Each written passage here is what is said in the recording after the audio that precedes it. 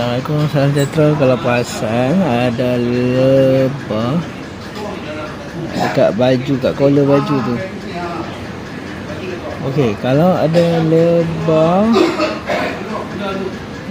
yang hinggap dekat baju kita, okey, atau hinggap dekat tangan kita, tiba-tiba lah ada lebah hinggap kat tangan, baju dan sebagainya.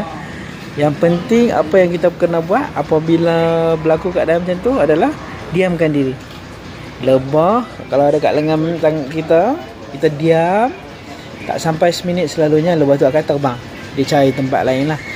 Okey, sama juga kat baju dan sebagainya. Jangan kita mengelupuk.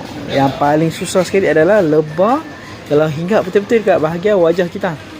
So, wajah kita tu akan kalau kita berkerut sikit saja dan dia akan ketik kita. Okey, kalau boleh betul diam, mulut pun kalau time tu dalam keadaan biasa jangan senyum dan sebagainya.